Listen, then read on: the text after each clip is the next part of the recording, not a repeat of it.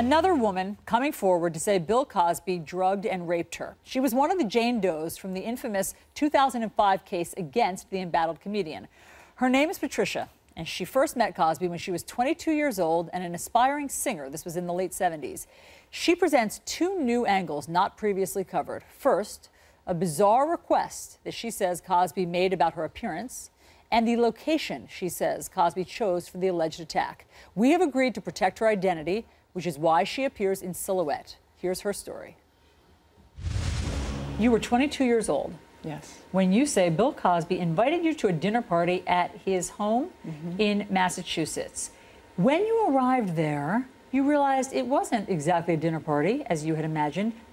You were the only guest. That's right. I expected, when invited to a dinner party, to meet his family or some friends, somebody who could help me with my career as a singer, and was a little dismayed to discover that it was a place setting for two people on a coffee table in front of a fireplace in his home. Alarm bells start going off. What are you feeling and thinking at that point? They did, but I was young. I was very much influenced by his fame and his prestige, and I was trying so hard to be grown up and to sort of take it all in as something that I needed to accommodate. The fact that we were alone did bother me, but I thought, he's a trusted man. I can trust him. Then what happened? He gave me a drink. He fixed it himself. I didn't see him fix the drink. And I started to feel really odd. Like I started to lose my balance. My speech became slurred. This was after about a half of a drink. What's the next thing you remember? I'm waking up. I'm naked. I'm in a bedroom on the main floor of his home. He's standing over me in a bathrobe, telling me that I have to get up and offering me a toothbrush. And I said, what happened? And he said, well, you threw up and you passed out. And I said, where's my dress? And he said, oh, I had to wash it. He never explained why he was in a bathrobe. And he said, you have to go. And this is the middle of the night. And I was sicker than I've ever been in my life.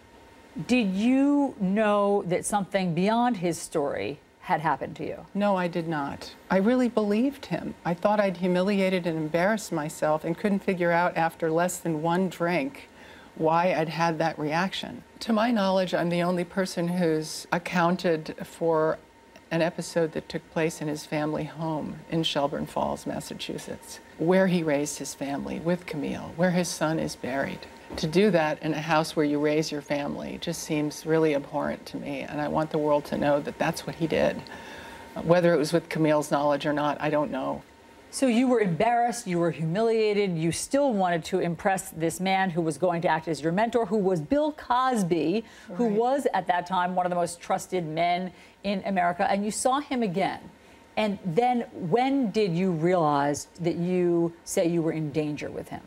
The last time I spent any time with him was in Atlantic City, New Jersey. He invited me to meet him for a taping of the Dinah Shore show.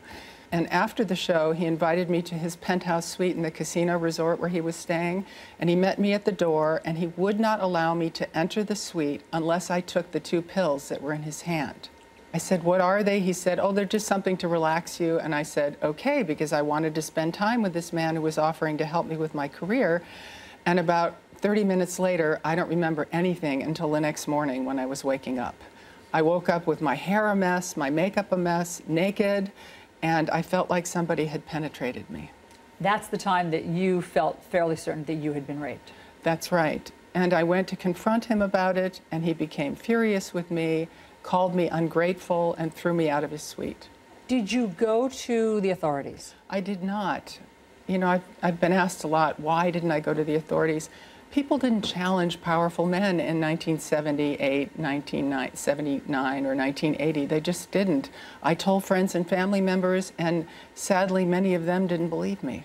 Those pills, we've just heard, because some of the documents from the 2005 Andrea Constand case, of which you were a Jane Doe, have been released. And in it, in a deposition, Bill Cosby admits that he got 7 prescriptions for Quaaludes. What did you think when you heard that revelation?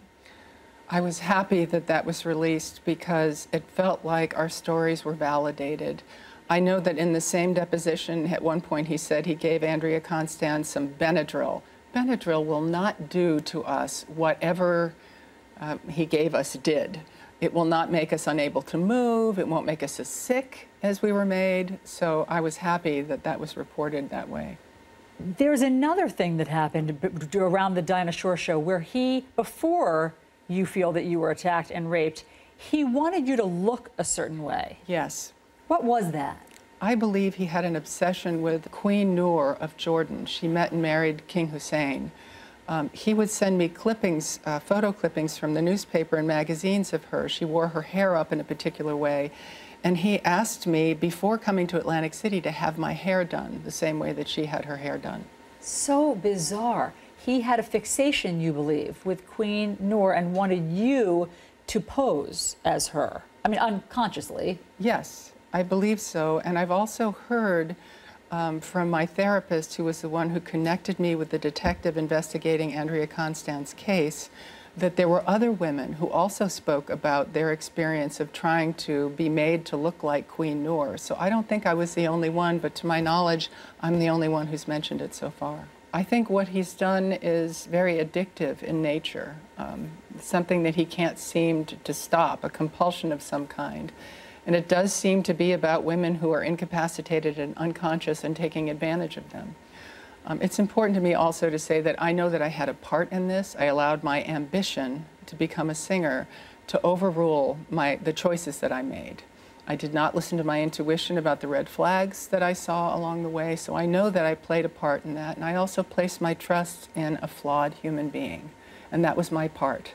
But what he did was not right, and it was without my consent.